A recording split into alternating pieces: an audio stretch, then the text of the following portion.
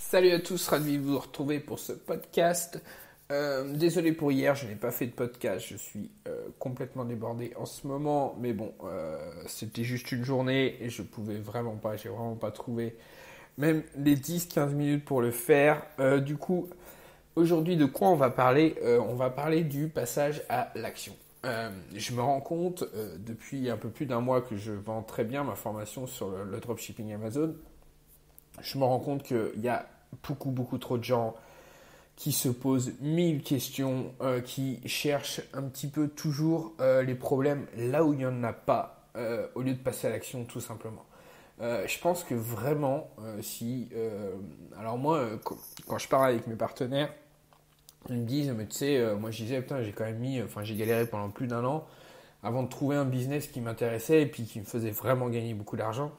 Et il me dit, ouais, mais tu sais, moi j'avais l'impression que c'était très long. Il me dit, mais tu sais, la plupart des entrepreneurs galèrent plus longtemps que ça.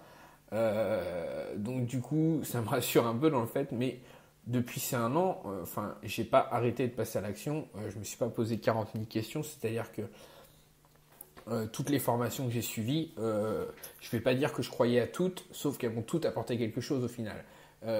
Et heureusement que j'étais pas là à me poser la question de dire ouais, ça se trouve c'est un arnaqueur, enfin ça se trouve c'est bidon ce qu'il raconte, ça se trouve la formation elle est pourrie.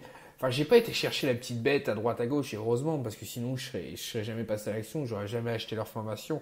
Et même si sur plus d'une vingtaine de formations sûrement que j'ai acheté, même si au final il y a rien qui a marché dans tout ce que j'ai fait, déjà c'est pas forcément à cause de la formation, c'est parce que peut-être que ça me correspondait pas. C'est aussi parce que j'essayais toujours d'aller chercher une nouvelle opportunité au lieu de finir les formations jusqu'au bout et de les mettre en place. Et, euh, et du coup, ok, elles m'ont peut-être pas aidé à créer un business rentable grâce à leur formation, mais j'ai appris comment on faisait du marketing, du copywriting, comment faire les tunnels de vente, comment utiliser les stratégies. Enfin, j'ai appris tellement de trucs dans chaque formation, même s'il y a des formations qui n'ont pas forcément plu, j'ai quand même appris des choses dans cette formation. Et quoi qu'il arrive, c'est pas de l'argent perdu, c'est de l'investissement. C'est-à-dire que voilà, moi quand j'ai démarré, je connaissais strictement rien au web marketing, je connaissais rien à Internet, je comprenais juste qu'il y avait des gens qui gagnaient beaucoup d'argent sur Internet, mais je ne savais pas comment, et même si je savais utiliser un ordinateur, enfin j'étais loin d'être un spécialiste quoi. Et du coup, ben, ça passe par quoi? Ça commence déjà par se former tout simplement. Et surtout que maintenant, on n'a plus d'excuses quoi. À l'heure actuelle, sur Internet, on trouve de tout, quoi. Alors oui, on trouve des trucs pas très bien, mais enfin, franchement, il y en a beaucoup qui critiquent beaucoup de formateurs. Moi, à l'heure actuelle, toutes les formations que j'ai faites, euh, j'en ai pas une où je me dis vraiment, c'était vraiment pourri, c'était une arnaque, quoi. Au final, et pourtant j'en ai acheté un paquet. Et au final, ben, je me rends compte que contrairement à ce que les gens peuvent dire, c'est de l'arnaque, machin, ben, je me rends compte sur toutes celles que j'ai faites, il n'y en a aucune que j'ai considérée comme une arnaque, quoi. J'ai considéré certaines moins bonnes que d'autres, et encore, je me permets même pas de juger, parce que ça se trouve, la personne, c'est juste sa première formation, et que, bah, elle n'était pas forcément à l'aise, et puis, bah, là, au début, il faut commencer par quelque chose, et voilà, et du coup, bah, c'est juste parce que le mec est peut-être pas au top, parce que c'était sa première, tout simplement, quoi. Je pense qu'il faut pas aller chercher euh, il faut pas se trouver des excuses sous prétexte, voilà, c'est la formation, de toute façon, elle était pourrie, je pourrais plus jamais y arriver avec une formation aussi pourrie. Je pense que c'est juste se trouver un peu des fausses excuses pour pas passer à l'action. Alors oui, en passant à l'action, vous allez avoir des échecs, vous allez faire des erreurs. Moi, je vois sur ma formation dropshipping Amazon, sur les 6 derniers mois, les 2 premiers mois étaient une vraie galère. Pourquoi? Parce que ben, il y avait des règles Amazon à respecter que je ne respectais pas parce que je ne connaissais pas. Et que ces erreurs-là, ben, je les aurais jamais faites si je passais pas l'action. Et j'aurais pas pu le trouver dans une autre formation s'il n'existe pas d'autres formations à part la mienne pour faire du dropshipping sur Amazon. Donc j'avais juste pas le choix que d'essayer, quoi, et de passer à l'action et de voir ce que ça allait donner. Alors j'ai fait des erreurs, ça m'a coûté plusieurs suspensions de compte, ainsi de suite. Mais voilà, du coup, ben, de ces erreurs, on en tire des conclusions et on avance et on refait pas les mêmes erreurs. Donc si déjà il n'y a pas, même pas de passage à l'action à la base, ce n'est même pas la peine. Je vois aussi des gens qui. Enfin, moi, je suis quelqu'un qui me pose beaucoup de questions à la base. Mais je me rends compte que peut-être pas tant que ça, en fait. Parce que j'ai des gens qui me posent des milliards de questions et qui posent un peu des fausses questions, c'est-à-dire qu'ils se posent des questions sur des trucs qui n'ont pas lieu d'être, quoi. Et au final, je me demande si ça cache pas juste le fait de la peur de, je sais pas, de l'échec ou de passer à l'action, tout simplement. Je pense qu'à un moment donné, il faut juste arrêter de se poser des questions, il faut juste avancer, et pour avancer, faut essayer, quoi. Et c'est un peu ce que je reproche un peu dans l'esprit français de manière générale, c'est que on considère en France que l'échec est pas toléré, quoi. Enfin, c'est-à-dire que vous allez aux États-Unis ou dans d'autres pays, l'échec pour eux n'est pas considéré comme vraiment un échec, parce que je pense qu'on peut quasiment plus apprendre de ses échecs que ses succès, et que même le succès peut être parfois dangereux parce qu'on va se reposer un peu sur ses lauriers. Euh, et du coup, en France, on a un peu cette mentalité du faut pas échouer, quoi. Sauf que, enfin, tous les entrepreneurs ont échoué plusieurs fois avant d'avoir réussi. Et je pense aussi que si le chemin n'était pas si long, s'il n'était pas si difficile, si on ne subissait pas autant d'échecs, tout simplement le succès n'aurait pas ce goût-là. C'est-à-dire que on apprécie encore plus notre succès quand on vient de rien et que on s'est construit à la sueur de son front, quoi. Enfin, qu'est-ce qu'il y a de plus valorisant que du jour au lendemain quitter son boulot, de galérer pendant. Moi, j'ai galéré pendant un an. Il y a une période, j'avais rien à bouffer dans l'assiette. Et quand je me dis maintenant que je vois ce que je gagne par mois, je me dis waouh, quand je me rends compte du chemin parcouru, si j'étais peut-être pas parti de si bas, peut-être que ce succès-là à l'heure actuelle, enfin succès entre parenthèses bien sûr, tout est relatif, mais je le savourerais peut-être pas autant, quoi. Enfin, c'est voilà, quoi, faut dire.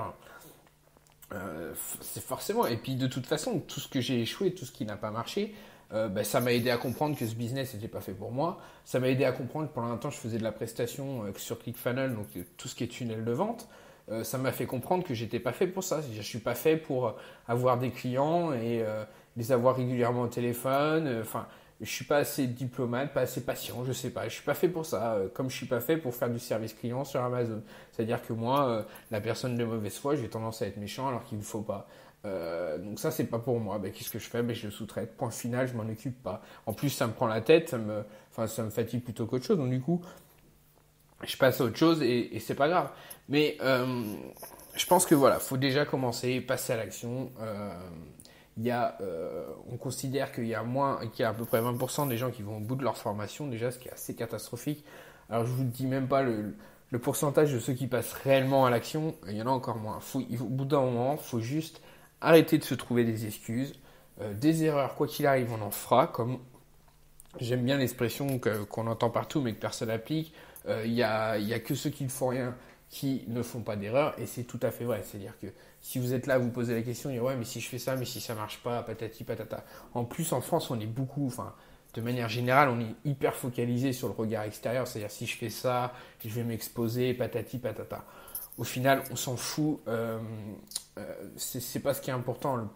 Enfin, moi, ce que vraiment m'a fait avancer depuis un an, c'est de tirer les conclusions de mes échecs. Ça m'a permis de mieux me connaître, ça a permis de mieux savoir ce que je veux faire, ce que j'ai envie, ce qui me plaît, ce qui me plaît pas. Et tout ça, si j'étais pas passé à l'action, si j'avais pas essayé des trucs, j'aurais jamais pu le découvrir, tout simplement. Donc à un moment, stop les questions. Alors c'est bien de se poser des questions, je dis pas le contraire. C'est juste qu'à un moment donné, si on n'essaye pas les choses, rien ne se débloquera et on n'avancera pas. Donc à un moment, les questions, il faut aussi savoir les mettre de côté ou se dire, voilà, écoute, j'essaye ça, dans 15 jours je fais un point, ou dans un mois je fais un point, et là j'en tire des conclusions. Mais commencez pas à tirer des plans sur la comète, à vous dire, ouais, mais ça peut pas marcher, patati patata, si vous en savez rien au final, vous l'avez même pas essayé. Comment voulez-vous savoir que ça ne marche pas si vous ne l'avez pas essayé à la base? Donc à un moment, il faut juste passer à l'action, il faut juste dire, si j'échoue, c'est pas grave, j'apprendrai de cet échec. Un enfant, quand le meilleur moyen de se rappeler quelque chose, et enfin, l'enfant, il va mettre sa main sur une plaque électrique, c'est chaud. La fois d'après, son réflexe, c'est de pas mettre la main. Mais c'est pareil pour les échecs et les erreurs dans la vie. C'est-à-dire qu'on en tire forcément des conclusions et ça va. Enfin, tout ça, tout ce qu'on va apprendre de nos erreurs, de nos échecs, vont forcément nous aider à aller vers ce qu'on a envie et vont nous aider à réussir, tout simplement. C'est pas plus compliqué que ça. Je pense réellement que les entrepreneurs sont pas forcément plus intelligents ou plus intelligents que la moyenne. Pour la plupart, ils ont tous quitté l'école très tôt. Pour la plupart, ils avaient pas une cuillère en argent, une cuillère en or dans la bouche, donc ils n'avaient pas de moyens à la base. Et pourtant, ces personnes-là réussissent. Pourquoi? Parce que déjà, bon, elles ont quand même elles font un certain effort, c'est-à-dire que déjà, tous les jours, elles se lèvent et elles travaillent, ils travaillent quand même pas mal. Ensuite, ils ont une persévérance, ils abandonnent jamais, ça, il n'y a pas de secret. Enfin voilà, c'est la personne qui abandonne jamais. Et pourquoi? Parce qu'ils essayent sans arrêt des choses, ils passent à l'action. Ça n'a pas marché, c'est pas grave, on passe à autre chose, on essaye autre chose. Et même quand ils ont un business qui marche, ils tentent un autre business dans autre chose.